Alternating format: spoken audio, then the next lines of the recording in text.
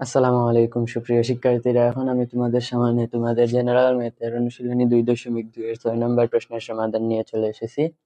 দেখো, এখানে দেওয়া আছে a ও b দুইটি সসীম সেটের জন্য a into b equal xy such that x belongs to a এবং y belongs to b, and of a number of a equal to a, number of b equal to b হলে and number of a into b equal to ab, a into b এর প্রতিটি সদস্য ক্রমজোড়। এখন আমাদেরকে প্রথমে যেটা করতে হবে, এটা তোমাদের বহুপদী প্রশ্ন, তা এটার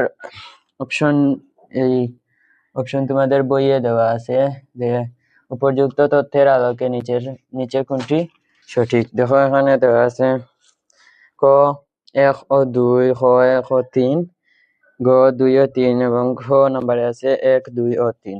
তো এখন আমরা সমাধানের জন্য সর্বপ্রথম আমাদেরকে যে কাজটি করতে হবে, মনে করো আমরা দুইটি সসীম সেট নেই। দুইটি সসীম সেট নিতে, সসীম সেট মানে হচ্ছে যেই সেটের শেষ পর্যন্ত গণনা করা যায়, আর অসীম সেট হচ্ছে যেই সেটের শেষ নেই, অর্থাৎ অসীম। তখন ধরো a equal to আমরা ধরি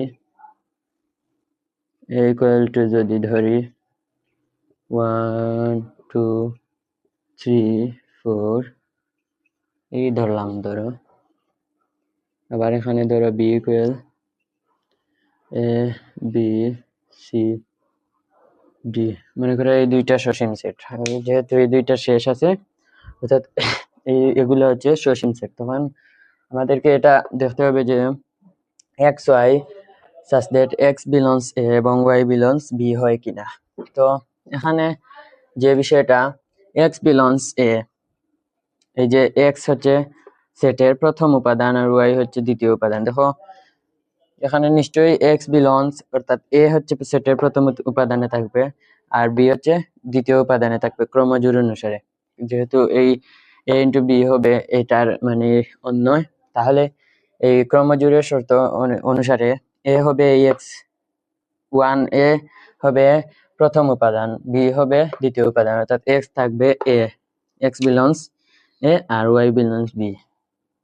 সুতরাং এক নাম্বারটা হবে। আর দেখো 2 নম্বরে দেওয়া আছে n of a, number of a equal to a, number of b equal to b হলে number of a into b। তাহলে যদি number of a equal to a হয়, number of b equal to b হয়, তাহলে number of a into b এর মান হবে এই a আর এই b, এটার গুণফল। এখানে দেওয়া আছে n of a into b equal to ab। এটা আর করে দেখাতে হবে না তোমাদের, এটা হবে সমাধান এই a এবং b এর গুণফল, a এবং b এর গুণফল ab, অর্থাৎ 2 নম্বরটা আছে। আর 3 নম্বরে দেখো আছে a into b এর প্রতিটি সদস্য ক্রমজোড়। দেখো a into b যদি ধরি, তাহলে a into b আমরা মনে করলাম, তাহলে কি হবে 1 a 1 b।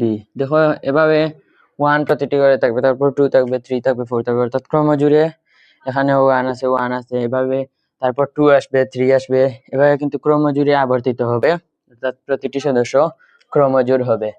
অর্থাৎ এখানে তোমাদের সমাধান থাকবে ঘ নাম্বার, অর্থাৎ ঘ তোমাদের দেওয়া আছে ঘ নাম্বার অপশনে